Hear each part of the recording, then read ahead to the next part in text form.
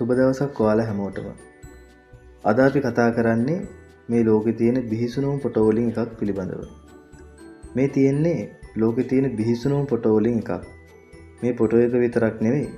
මේක පිටිපස්සේ තියෙන කතාවත් ගොඩාක් බිහිසුණු එකක්. මේ ෆොටෝ එක ගන්නේ 1985 නොවැම්බර් මාස 15 වන දින ප්‍රංශ ඡායාරූප ශිල්පී ප්‍රැන්ක් ෆෝනියර් විසින්. ඉතින් මේ බිහිසුණු ඡායාරූපය මොකක්ද? 1985 නොවැම්බර් 13 වන දින නේවාඩෝ ඩේල් රොයිස් ගිනිකන්ද පුපුරා යාමෙන් මිනිසුන් 25000කට අධික ප්‍රමාණයක් මිය යනවා.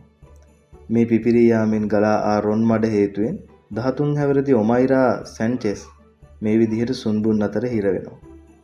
ඇයව ගොඩට ගන්න කොතරම් උත්සාහ කළත් ඇයගේ ඉනෙන් පහළ කොටස යම්කිසි දෙයක සිර වී තිබූ නිසා ඇයව ගොඩ ගැනීමට හැකිවන්නේ නැහැ. විනාඩි පැය බවට පත් කරමින් කාලය ගෙවී ගියා. බොහෝ ගලවා ගැනීමේ කණ්ඩායම් එකතු වී ඇයව ගොඩට ගැනීමට උත්සාහ කළත් නොනවතින වර්ෂාව සහ රොන්මඩ ගලා යාම නිසා කාර්ය සාර්ථක වුණේ නැහැ. ඔමයිරා මේ ආකාරයෙන් සිරවී පැය 30ක් පමණ ගතවන විට ඇයගේ ඉනෙන් පහළ කොටසේ රුධිර සංසරණය නැති වී ඇති බවට වෛද්‍යවරුන් විසින් සොයාගන්නවා. ඒට අනුව ඇයගේ ඉනෙන් පහළ කොටස තද යම්කිසි දෙයකට හිරවීමෙන් රුධිර ගමනාගමනය පවා ඇහිරී ඇති බව අනුමාන කරනවා. රුධිර ගමනාගමනයේ අඩාල වීම හේතුවෙන් පැය 40ක් පමණ ගතවන විට ඇයගේ මුහුණ රතු පැහැති වෙමින් ඉදිමෙන්නට පටන්ගෙන තිබුණා. ඒ වෙන විට ඇයගේ ඇස්වල සුදු පැහැය සම්පූර්ණයෙන්ම අතුරුදන් වී ගොස් සම්පූර්ණයෙන් කළු පැහැයට හැරී තිබුණා. කෙසේ හෝ ඇය මෙලෙස සුන්බුන් තුල සිරවී සිටින විට විවිධ මාධ්‍ය වාර්තාකරුවන් සමගත් ඇයගේ අදහස් වමාරු කරගත්තා.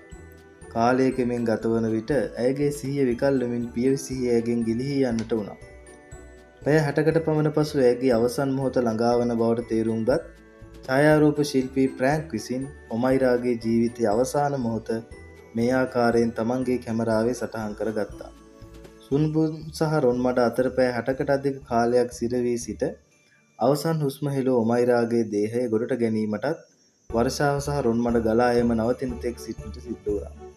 අවසානයේ ඇයගේ ඉනෙන් පහළ කොටස ගඩොල් බිත්තියකට යට වී තිබූ බව සොයාගත් අතර ඇයගේ පාද අසලම ඇයගේ නැන්දා බිත්තියට යට වෙමින් මිය ගොස් තිබුණා.